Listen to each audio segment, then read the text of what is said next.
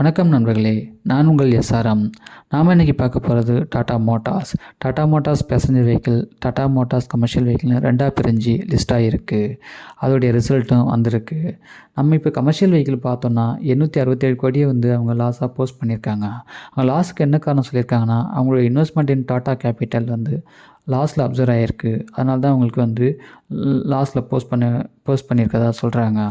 Revenue அவங்களுக்கு 6% year on year growth காமிச்சாலுமே அவங்களுக்கு இந்த லாஸ் வந்திருக்கு கமர்ஷியல் வெஹிக்கிளில். இது ஒரு பக்கம் இருக்க, ஐவக்கங்கிற யூரோப்பியஸ் ட்ரக் கம்பெனி அங்கே அக்வசிஷன் பண்ணிகிட்ருக்காங்க. 2027 அவங்க கம்ப்ளீட் பண்ணிவிட போகிறதா சொல்கிறாங்க. எனக்கு தெரிஞ்சு இந்த ஐவக்கவை அக்வசிஷன் கம்ப்ளீட் பண்ணதுக்கப்புறம் இப்போவே அவங்க டாடா மோட்டார்ஸ் கமர்ஷியல் வெஹிக்கிள் ஒரு ப்ராஃபிட் ரிட்டர்ன் ஆகும் அடுத்தடுத்த குவார்ட்டர்லங்கிறது தான் எல்லோருடைய நம்பிக்கை. நானும் அப்படி தான் ஃபீல் பண்ணுறேங்க. அவங்க 35% கமர்ஷியல் வெஹிக்கிளில் அவங்க ஷேர்ஸ் வச்சுருக்காங்க இந்தியாவில்.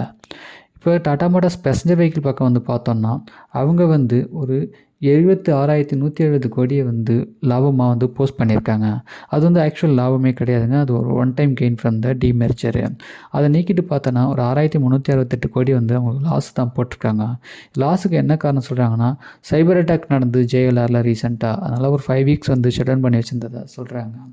என்ன தான் சைபர் அட்டாக் நடந்த காரணமாக சொன்னாலும் ஆக்சுவல் ரீசன் ஜேஎல்ஆரில் டிக்ளைன் ஏற்பட்டுருக்குங்க சேல்ஸில்.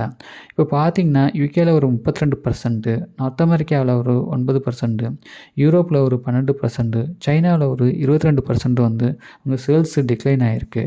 ஏன்னா ஜேஎல்ஆர் தான் ஒரு primary revenue generator for Tata Motors passenger vehicle. இங்கே பார்த்தீங்கன்னா டொமஸ்டிக்கில் பார்த்தீங்கன்னா அவங்க நல்ல ஒரு சேல்ஸ் காமிச்சினா கூட அக்டோபரில் 61,134 யூனிட் அவங்க சேல்ஸ் பண்ணியிருக்காங்க. 27% அவங்களுக்கு இயர் ஆன் இயர் க்ரோத்தும் காமிச்சிருக்காங்க. டாடா நெக்ஸான் நல்ல ஒரு பொசிஷனில் பெஸ்ட்டு செல்லிங் வெஹிக்கிளாகவும் அவங்களுக்கு இருந்துட்டு வர்றது. அதுவும் இல்லாமல் அங்கே ஈவிலையும் நல்லா டாமினேட் பண்ணிட்டு வராங்க. இதெல்லாம் இருந்தாலுமே நம்ம பேசஞ்சர் வெஹிக்கிள் பக்கம் நம்ம பார்க்குறது இப்போதைக்கு வேண்டாம் அப்படின்னு தான் நான் நினைக்கிறேன்.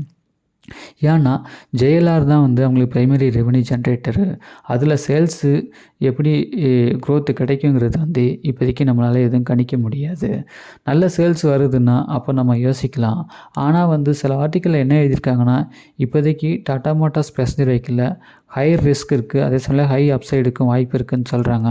ஏன்னா திடீர்னு ஜேஎல்ஆரில் அவங்களுக்கு சேல்ஸ் பிக்கப் ஆகிடுச்சுன்னா டக்குன்னு மேலே ஏறும் அப்படிங்கிறதா சொல்கிறாங்க. இருந்தாலும் அது ஒரு ஹை ரிஸ்க்குங்க. நம்ம அந்த ரிஸ்க்கை நம்ம எடுக்க முடியாது. அதனால் நம்ம better stay away from the passenger vehicle for now அப்படிங்கிறது தான் என்னுடைய அபிப்பிராயங்க. கமர்ஷியல் வெஹிக்கிள் வேணுன்னா நல்ல கரெக்ஷன்ஸ் கொடுத்ததுன்னா ஒரு நல்ல ரேஞ்சில் நம்ம கன்சிடர் பண்ணலாம், ஆவரேஜ் பண்ணலாங்கிறது தான் என்னுடைய முடிவாக இருக்குது. நான் அதுதான் செய்ய போகிறேங்க.